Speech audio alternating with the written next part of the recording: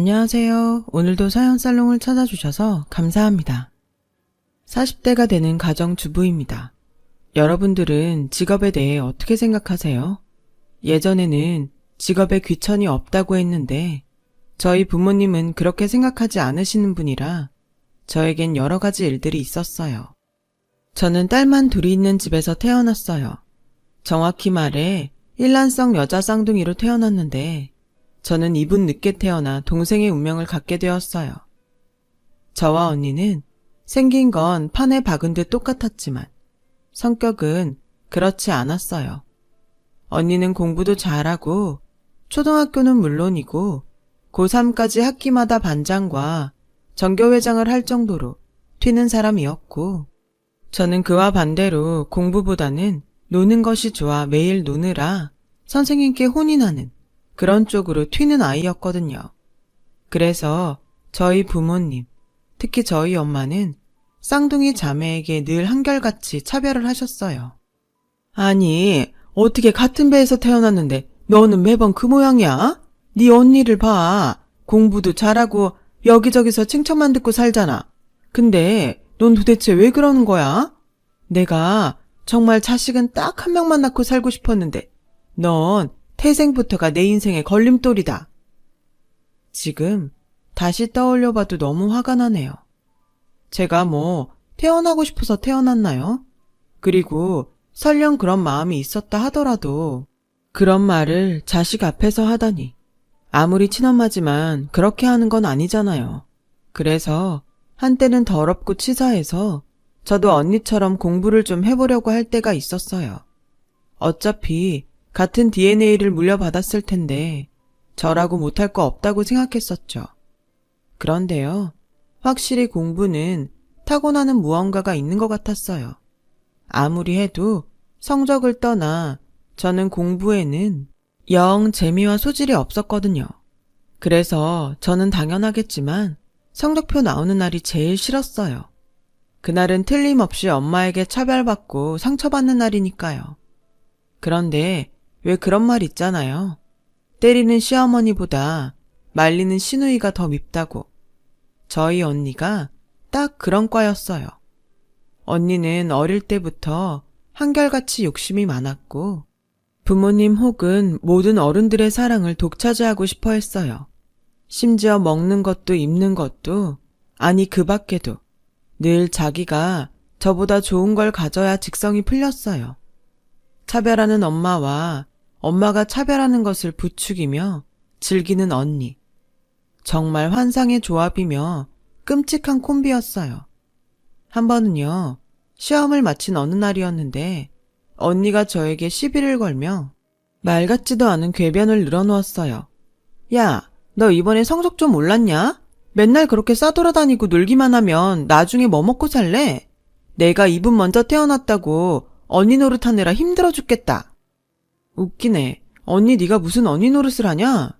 어머머, 내가 왜 맨날 죽어라 공부하는 줄 알아? 너나 나 둘 중에 하나는 그래도 좀 잘나야 하지 않겠어? 둘 다 별 볼 일 없으면 되겠냐고. 근데 왜? 맨날 잘해야 하는 건 항상 나일까? 네가 영 싹수가 없잖아. 그래서 내가 맨날 죽을 둥 살 둥 공부하는 거 아니야. 언니 맘 좀 알아줘라. 아, 그러셔? 근데 왜 내 눈에는 성적표 나오는 날 언니가 제일 좋아하는 것 같지? 그렇게 내 생각을 한다면 다음 시험은 좀 망쳐주던가.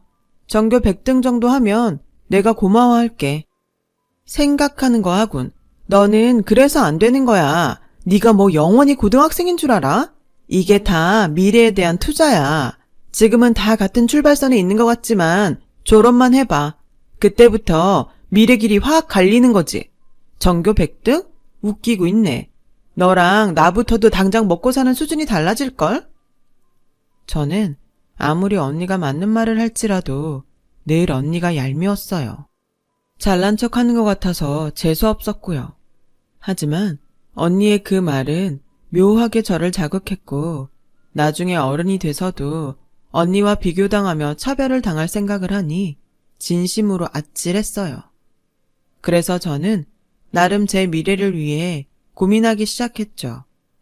적성에는 맞지 않지만 공부를 했고 언니처럼 우수한 성적은 아닐지라도 고3 막판에는 제 인생 최고의 등수를 따내며 경기도에 있는 4년제 대학에 들어가게 되었는데요. 경기도? 지금 지방대 가면서 대학 등록금을 달라는 거야? 서울도 아닌 그런 학교 가면서 너도 참 염치가 없다. 엄마, 경기도도 지하철 타면 다른 서울에 있는 대학이랑 비슷해. 그냥 한 번쯤은 잘했다고 말해줄 수는 없어? 잘해야 잘했다고 말을 하지. 네 언니를 봐라. 그 어렵다는 서울교대에 떡하니 수석으로 붙었잖아. 네 언니는 장학금 받고 입학을 하는데 넌 지금 그런 학교 가면서 돈을 달라고 하니? 내가 무슨 좋은 소리가 나와? 진짜 해도 너무한다. 무슨 엄마가 그래? 친엄마 맞아? 나도 아니면 좋겠는데 애석하게 맞아. 너랑 네 언니 똑같이 생긴 거 보면 몰라? 아무튼 엄마는 네 언니면 몰라도 네 등록금은 못 줘. 그런 줄 알고 재수해서 서울에 있는 대학을 가던가 네가 벌어서 등록금 내고 그 지방대를 가던가 해. 무슨 이런 억지가 다 있을까요? 저는 대학에 붙고도 엄마의 이런 차별에 서럽고 화가 났어요. 하지만 엄마는 제 기분 따위는 안중에 없었고 언니의 교대 입학 축하로 몇 날 며칠을 아주 난리도 아니었어요. 친척에 엄마 친구에 동네 이웃까지 조금 오바해서 지나가는 동네 고양이도 저희 언니가 교대 수석 입학했다는 것을 알 정도였으니까요. 저는 그때가 오히려 맨날 공부 못한다고 엄마에게 구박받던 때보다 더 서러웠어요. 가족이지만 저는 가족 구성원에 없는 사람 같았으니까요. 언젠가 이 서러움을 갚아주리라 다짐했죠. 그리고 입학금 낼 돈이 없어 정말로 재수를 하게 되었습니다. 그때 당시 저희 아빠가 회사 발령으로 중국에 계셨어요.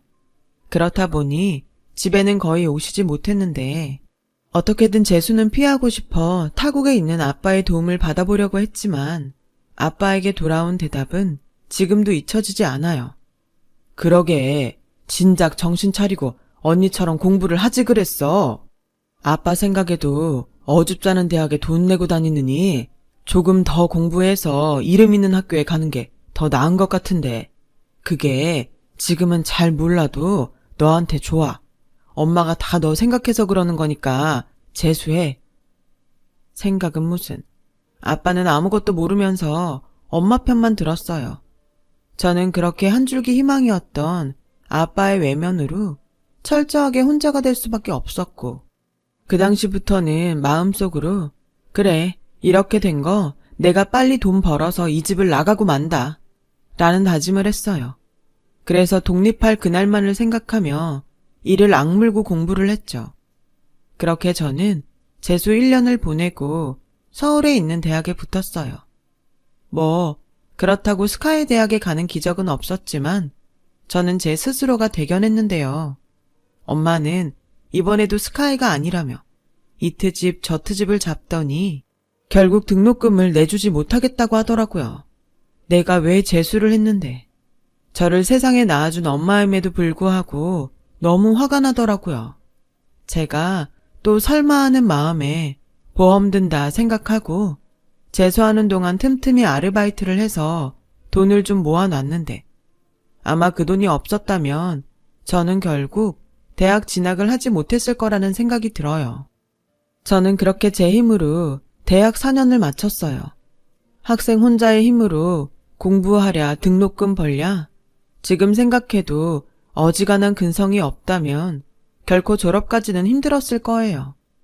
비록 막판에는 학자금 대출을 받아 직장 다니면서도 빚을 갚아야 했지만 저는 대학 졸업까지 무사히 마칠 수 있었고 저의 근성을 알아본 교수님의 추천으로 졸업을 하기 전에 한 건축회사에 내정을 받아 곧장 사회인이 될 수 있었어요. 그렇게 3년, 저는 학자금 대출 상환과 독립이라는 그때 당시에 큰일을 해낼 수 있었습니다. 집을 나오던 날, 그러니까 독립하던 날, 저는 그야말로 광복을 맞이한 독립군처럼 기분이 그렇게 좋을 수가 없었어요.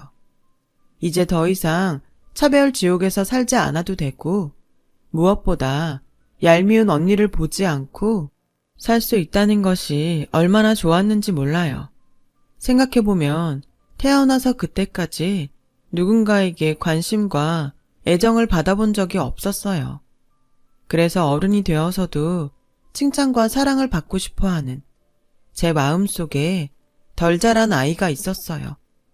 그리고 그 덜 자란 마음은 운명 같은 한 남자를 만나면서 아이가 아닌 어른이 되었는데요. 예상하시겠지만 그 남자는 지금 저의 남편이에요.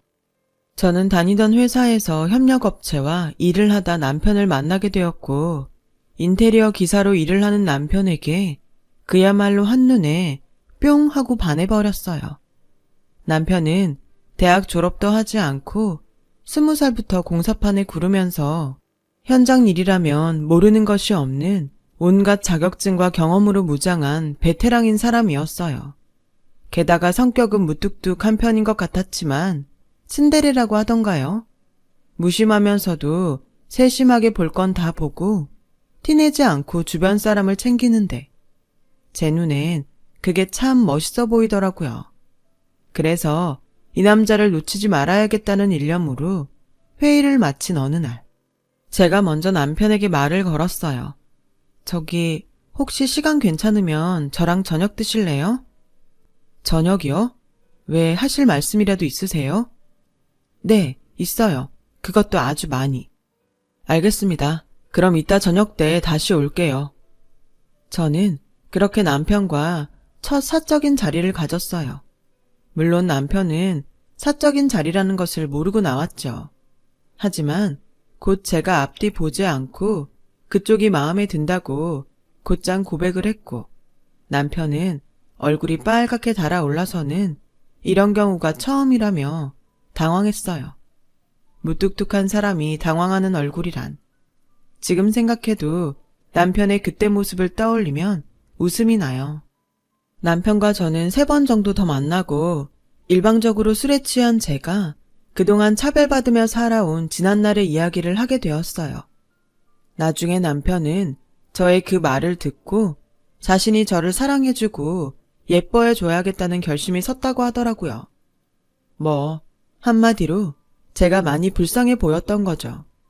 그래서인지 남편은 저와 연애를 하면서도 늘 저에게 모든 것을 맞춰줬어요. 그거 아세요? 원래 살갑고 다정한 사람보다 무뚝뚝한 사람이 한 사람을 위해 양보하고 맞추는 건 진짜 감동이라는 걸. 그래서 저는 프로포즈도 제가 먼저 했어요. 물론 남편은 그 자리에서 좋다고 했고요. 하지만 한 가지 넘어야 할 산이 있었으니 그건 제 평생 저한테 호의롭지 못한 저희 집이었어요. 대학도 못 나온 공사판에서 구르는 노가다꾼? 엄마, 내가 언제 그렇게 말했어? 뭘 포장을 해? 본질이 그렇잖아, 본질이. 설마 너 내가 허락할 거라고 생각한 건 아니지? 그래, 아빠도 이 결혼 반대다. 아무리 세상이 변했어도 사람들은 그 사람 직업으로 그 사람을 판단해. 난 내 딸이 그래도 사람들에게 인정받는 남자랑 결혼했으면 좋겠다. 아, 그래요? 근데 저는 사람들이 인정하는 남자보다 제가 인정하는 남자랑 결혼할 거예요. 저 허락받으러 온 거 아니고 그냥 제가 이 사람이랑 결혼할 거라고 알려드리러 여기 온 거니까 그런 줄 아세요. 어머, 얘 좀 봐. 지 언니는 지금 변호사랑 결혼을 하네, 의사랑 결혼을 하네 하는데 넌 지금 누굴 데려와서 통보야? 저기 어머니. 어머니? 내가 왜 그쪽 어머니예요? 난 댁 같은 사위 볼 생각 없으니까 내 집에서 당장 나가요. 어따 대고 어머니래? 엄마, 사람이 그럼 안 돼. 엄마는 사람을 뭘로 판단하는 거야? 이 사람에 대해 뭘 안다고 그렇게 함부로 하는 거냐고. 지 얼굴에 침 뱉는 것도 모르면서 그래, 네 마음대로 해. 난 너 같은 딸 없다고 생각하고 산 지 오래니까 네 마음대로 하고 살라고. 언제는 네가 내 말 듣고 살았냐? 어떻게 살든 상관 안 할 테니까 우리 집에 그리고 네 언니한테 피해나 주지 마. 알겠어? 어머니, 죄송합니다. 그래도 한마디만 할게요. 어머니 딸 진짜 훌륭하게 잘 컸어요. 성격도 좋고 능력도 좋고. 무엇보다 사람이 정말 좋습니다. 저도 이렇게 잘 보이는 걸 정작 이 사람을 낳아준 어머님이 보지 못한다고 생각하니 제가 다 마음이 아파요. 이 사람 말은 그렇게 해도 어머님한테 인정받고 싶어 합니다. 나 참, 2번 말하면 아주 기어 오르겠네. 그러니까 인정받고 싶었음 그쪽 같은 남자를 여기 데려오면 안 되는 거라고요. 이젠 좀 내 말이 이해가 가요? 우리 애 그렇게 끔찍히 생각하면 그쪽이 헤어지면 되겠네. 엄마는 내가 본 어른 중에 가장 예의 없는 사람이야. 내가 결혼을 하건 말건 알아서 할 테니까 엄마는 신경 끄고 그 죽고 못 사는 언니랑 잘 살아. 자기 일어나. 나가자 어서. 저는 그렇게 남편을 데리고 나와 자존심도 상하고 남편 보기 부끄러워 한참을 울었어요. 하지만 이 마음 따뜻한 남자는 그런 저를 품에 안고 한참을 괜찮다고 저를 위로하는데 두고 봐. 나 보란듯이 잘 살아서 지금 엄마가 한 말 후회하게 만들 거야. 라고 마음속으로 독을 품었어요. 그렇게 저는 저희 집에서 환영받지 못하는 결혼을 했어요. 시댁은 남편이 할머니 손에 자라서 식구들이 거의 없었고 시할머니는 그저 당신이 손자와 결혼해줘서 고맙다고 저의 손을 잡고 몇 번이고 고맙다고 말씀하셨죠. 그렇게 1년 정도가 흘렀을까요? 남편은 다니던 회사를 나와 독립을 했고 워낙 업계에서 일 잘하기로 소문이 난 사람이라 남편의 사업은 짧은 시간이지만 무섭게 성장했어요. 미리 계약한 것까지 합치면 연 매출이 30억은 넘었으니까요. 그러던 중 저는 잊고 살던 언니에게서 결혼한다는 말을 듣게 되었어요. 언니는 1년 만에 통화하는 동생에게 이렇게 말하더군요. 나 결국 변호사랑 결혼하기로 했어. 의사는 퇴근 시간도 불규칙하고 응급도 많고 영 남편 구실은 못하겠더라고. 아, 그러셔? 무슨 고민을 1년이나 걸려서 하셨대? 근데 나한테 무슨 용건이야? 얘 좀 봐. 왜 이리 삐딱해? 그야 언니가 결혼하는데 동생이 결혼식에 안 올 거야? 언니 너는 내 결혼식에 왔니? 그게 결혼식이니? 그냥 사람들 모아놓고 이야기하는 자리지. 나는 가고 싶었지만 알잖아. 엄마가 한번 마음먹으면 아무리 설득해도 소용없는 거. 근데 네 남편이 하루가 멀다 하고 집에 찾아와서 너 좀 받아달라고 하도 애원하니까 결국 우리 엄마도 1년 만에 꺾이긴 하더라. 그래서 나한테 너 내 결혼식에 와도 된다고 전화래. 뭐? 그게 무슨 소리야? 누가 애원을 해? 어머, 몰랐어?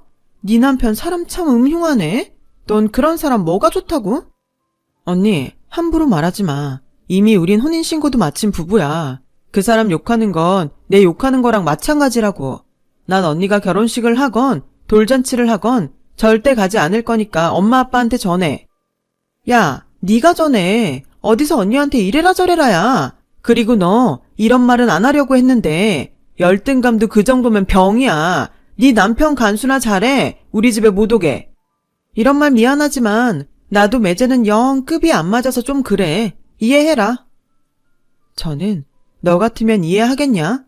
그 소리를 하고 싶었는데 전화가 뚝 끊기는 바람에 마지막 말을 하지 못했어요.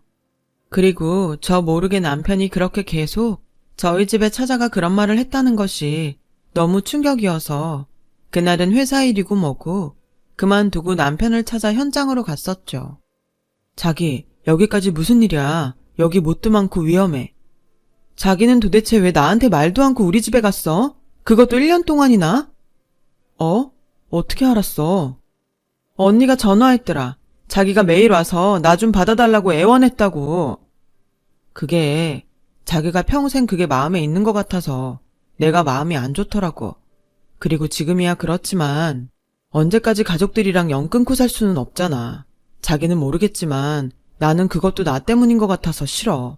다 잘 되면 말하려고 했는데. 가만 보면 진짜 미련해. 어차피 우리 인정해줘도 우리 집 사람들 눈에 자기랑 나 성에 안 차. 변호사 사위까지 보는 마당에 내가 받던 차별 당신한테도 똑같이 할걸? 괜찮아. 난 당신만 내 옆에 있으면 다 괜찮아. 그러니까 앞으로 당신은 무조건 내 뒤에 숨어서 상처받지 말고 내가 해주는 것만 받아. 앞으로 절대 살면서 차별받느라 마음 아픈 일은 없을 거야. 아, 처형 결혼식 한다고 하더라. 나한테 모바일 청첩장 보내줬는데 우리 그날 거기 가서 오랜만에 식구들한테 인사하고 올까? 저는 언니가 모바일 청첩장을 보냈다는 소리에 하마터면 욕을 할 뻔했어요. 사람이 얼마나 염치가 없으면 이런 이중적인 행동을 할 수가 있어요. 그것도 엄마 자궁에서부터 함께한 제 쌍둥이 언니가요. 아무튼 그날 저는 울며 겨자 먹는 심정으로 언니의 결혼식에 참석했어요. 그리고 그날은 엄마 아빠가 하객들 맞이하랴, 사돈 신경 쓰랴, 정신이 없어서 별 탈 없이 지나갔는데요. 문제는 언니가 신혼여행을 다녀온 후부터 시작됐어요.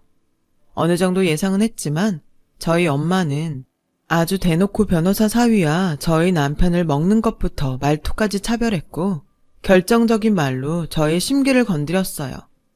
내가 정말 우리 큰 사위를 생각하면 너무 행복해. 사람이 어쩌면 그렇게 잘났어? 인물도 좋아, 직업도 좋아, 성격도 좋아. 정말 다 가졌잖아. 공사판에 먼지 먹고 구르는 누구보다 훨씬 고상하고 얼마나 좋아. 어머님, 감사합니다. 어머님이 좋게 봐주시니까 제가 형님 보기 민망해요. 민망은 무슨, 내가 없는 말 했나 뭐? 그래, 자네 장모가 솔직한 사람이라 그래. 얼마나 좋으면 요즘은 그냥 눈만 뜨면 자네 얘기만 한다니까. 거참 질투나서. 아주 좋아 죽겠다는 단란한 풍경에서 철저하게 무시받고 소외되는 남편을 보니 저는 또다시 피가 거꾸로 솟는 것 같았어요. 아무리 형부를 좋게 봐주려고 해도 사람 됨됨이나 수입은 제 남편이 훨씬 좋아 보였거든요.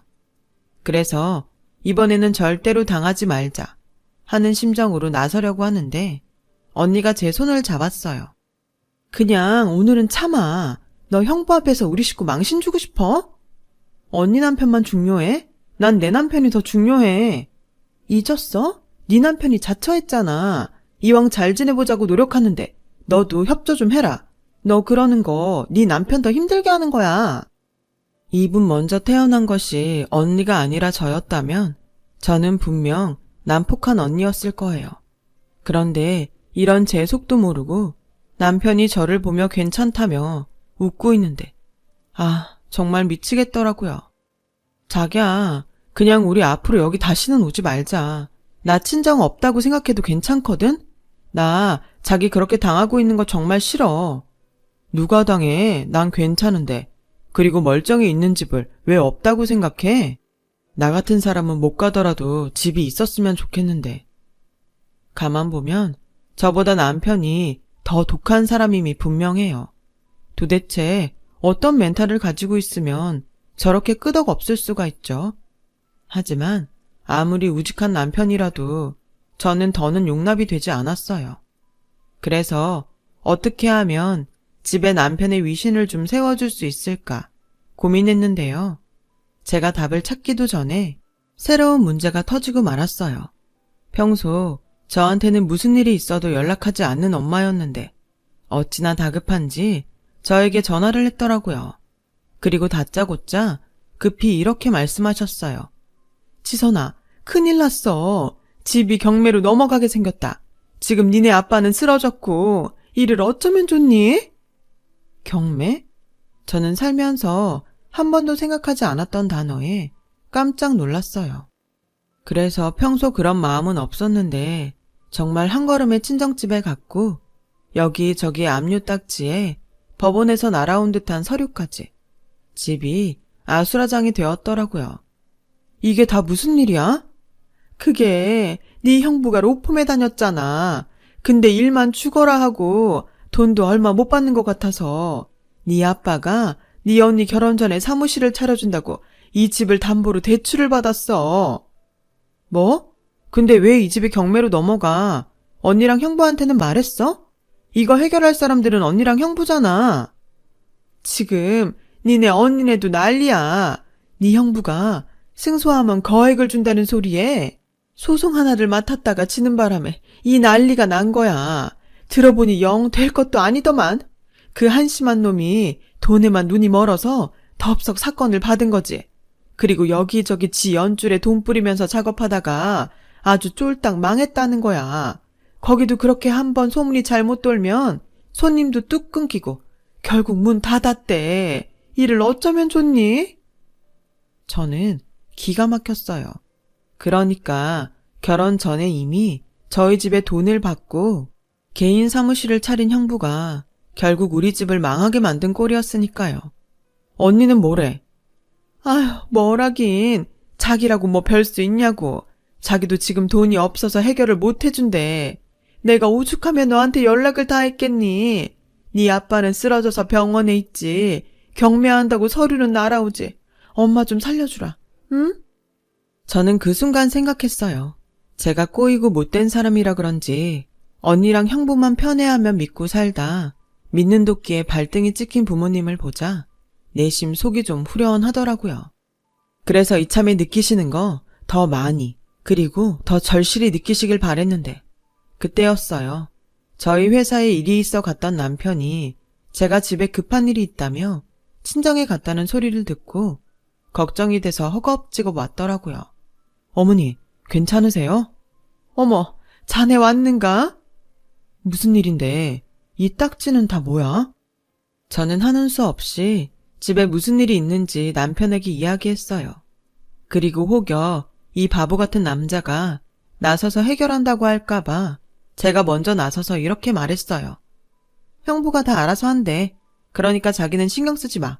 알았지? 정말? 정말 형님이 알아서 하신대? 당연하지. 따지고 보면 이거 다 형부 때문에 생긴 일인데 형부네 집에서도 도와준다고 하니까 우린 걱정 안 해도 돼. 그럼 다행이긴 하다. 저는 그렇게 거짓말을 했어요. 저희 엄마는 제가 남편에게 무슨 말을 하는지 궁금한 눈치였지만 제 눈엔 이번에도 마음씨 착한 제 남편이 어떻게든 도움을 주지 않을까 기대하는 것으로 보였어요. 그렇게 저는 남편을 현장으로 먼저 보냈어요. 저는 엄마를 챙기고 아빠 병원에 가봐야겠다고 하면서 남았죠. 그리고 저는 아이고 곡소리를 하는 엄마에게 모질게 말했어요. 엄마, 혹시라도 우리가 이 집 어떻게든 해결해 줄 거라는 기대하는 거 아니지? 솔직히 까놓고 엄마가 나한테 그리고 저 사람한테 해준 게 뭐 있어? 항상 차별하고 무시만 했지. 막말로 이 집도 엄마 큰사위 도와주려다가 이렇게 된 거잖아. 기집애, 너 정말 못됐다. 너는 지금 이 판국에 그런 소리를 하고 싶어? 됐다. 어차피 기대도 안 했어. 노가다에서 먹고 사는 형편 안 봐도 비디오지. 내가 오죽 절박하면 썩은 동아줄이라도 그걸 알면서도 잡으려고 했을까? 엄마는 참 구제불능이야.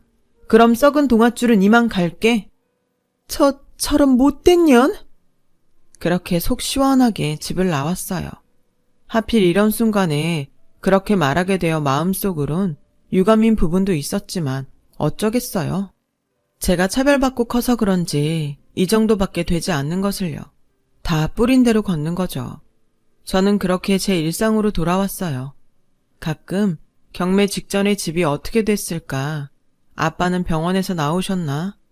뭐 이런 궁금증과 걱정이 들긴 했지만 남편 앞에서는 표현하지 않으려 했죠. 남편 역시 집에 대해 달리 묻는 일이 없어서 저는 이왕 이렇게 된 거 친정과 연 끊고 살자 하는 결심으로 제 인생을 살았는데요. 남편 회사에 갔다가 회계 업무를 맡은 남편 친구에게 청천벽력 같은 소리를 듣게 되었어요. 어떻게 집 문제는 잘 해결됐어요? 그 친구 엄청 급해 보이던데요. 네? 그게 무슨... 부모님 도와드려야 한다고 10억 정도가 필요하다고 찾아갔어요. 그 부모님이 재수 씨 부모님 아니세요? 지방으로 출장 간 남편에게 따져 묻고 싶었지만 그럴 수가 없었어요. 아무리 부부라지만 그런 부모님을 두고 또 그런 큰 돈까지 쓰게 하다니 정말 창피했거든요.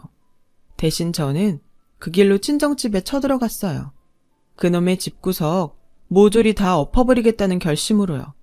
그런데 기가 막히게도 제가 친정집에 도착했을 때는 집을 그 지경으로 만들었던 언니와 형부가 집에 와 있었는데요. 언니랑 형부 참 뻔뻔하다. 어떻게 여기로 올 수가 있지? 얘, 너 또 무슨 말 하려고 왔어? 엄마, 결국 이 집 우리 그이가 해결해줬지? 당장 그 돈 토해내. 그 돈이 어떤 돈인 줄 알고. 왜? 어디 사채라도 끌어왔냐? 에휴, 그럼 그렇지. 어디서 그런 큰 돈이 났나 했더니. 엄마, 나 진짜 더는 안 참아. 그 사람이 나 몰래 자기 돈으로 이 집 경매 막아줬나 본데 나 절대 가만 안 있어. 그때였어요. 친구에게 회사에 제가 왔다가 잔뜩 화가 나서 돌아갔다는 말에 남편이 급히 저희 친정으로 왔더라고요. 자기야, 잘 왔네. 어디 입이 있으면 말을 해봐. 내가 자네한테 사채를 빌려다가 도와달라고 했나? 장모님, 아닙니다. 이 사람이 제가 말을 안 해서 화가 나서 그래요. 어머머, 간두커라. 사채 빌리고 집에다가 말도 안 했나? 그럼 내가 고마워할 줄 알았어? 엄마, 누가 이 사람이 사채 빌렸대. 이 사람 돈 잘 벌어. 그 정도 돈은 통장에 얼마든지 있다고. 그런데 난 이 사람 돈 우리 집에 시발 한 장 가는 거 싫거든. 나 그 돈 다 받아낼 거야. 돈도 그렇게 많은데 뭘 받아내? 가족끼리 돕고 살면 좋지. 맞습니다. 돕고 살아야죠. 야, 김우진, 당신 진짜 바보야? 당신이 나 몰래 당신 돈으로 우리 집 살려주면 내가 고맙다고 할 줄 알았어? 아니야. 난 그냥 자기가 끝까지 몰랐음 했어. 내가 돈이 없는 사람도 아닌데 장모님 말대로 가족끼리 돕고 살면 좋잖아. 저희 남편은 제 분에 악을 쓰는 제 손을 꼭 잡아줬어요. 그런데 그 모습을 지켜본 저희 가족들은요. 저희 부부의 대화를 듣고 이제야 남편 벌이가 좋다는 것을 실감했는지 그 자리에서 꿀먹은 벙어리가 됐어요. 그래서 저는 이때가 기회다 싶어 쐐기를 박았답니다. 똑똑히 들어. 내 남편이 사람 좋고 마음 좋고 이렇게 돈까지 잘 버는 사람이야. 그깟 변호사? 웃기고 있네. 나 이제 절대 가만 안 있어. 내 남편은 착한 사람이지만 엄마, 아빠, 딸, 그리고 언니, 네 동생은 그런 사람은 아니라는 거 알지?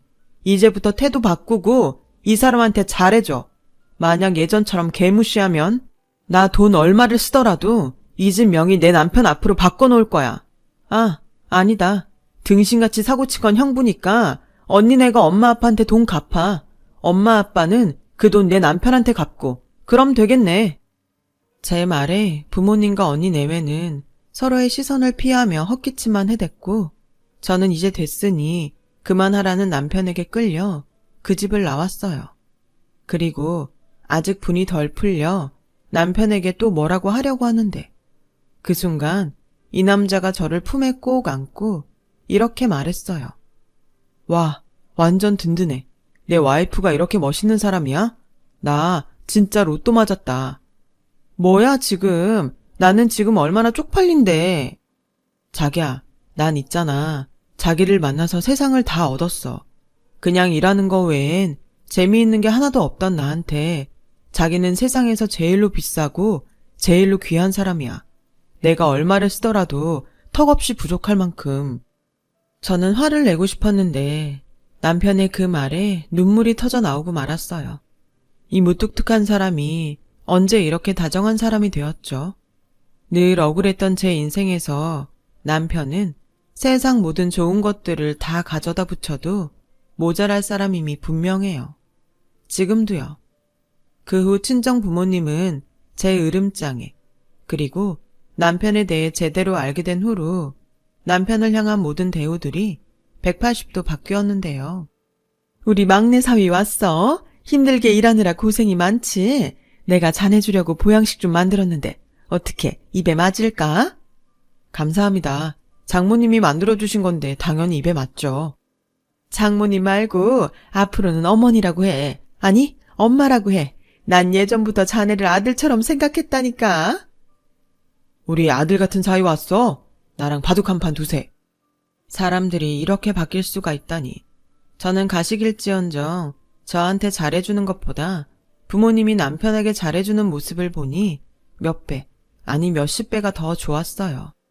그리고 언니네는 결국 이혼을 했어요.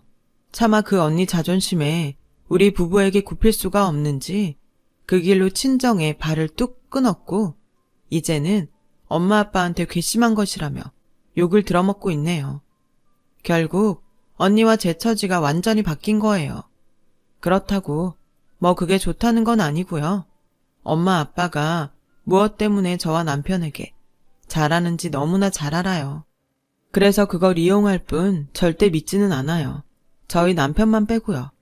저희 남편은 가식이나 많아 저희 부모님이 아들 챙겨주는 게 너무 좋다고 해요. 부모님의 빈자리가 큰 사람이라 더 그런 것 같았죠. 앞으로 좀 더 대우하라고 하려고요. 저한테 그리고 제 남편한테 그만한 자격은 있잖아요. 제 마음의 깊은 상처를 보듬은 마음 넓은 남편에게 오늘도 고맙고 이 사람을 내일은 더 사랑하며 살아보겠습니다. 지금까지 제 이야기를 들어주셔서 감사합니다. 남이 정해놓은 기준이 아닌 진정한 사랑과 관심으로 가까이 있는 사람을 보며 정말 늘 행복하시고 건강하시길 바랍니다. 여러분, 사연 댓글에 응원과 현명한 조언 부탁드려요. 좋아요와 구독은 저에게 큰 힘이 됩니다. 오늘도 좋은 일 가득하세요.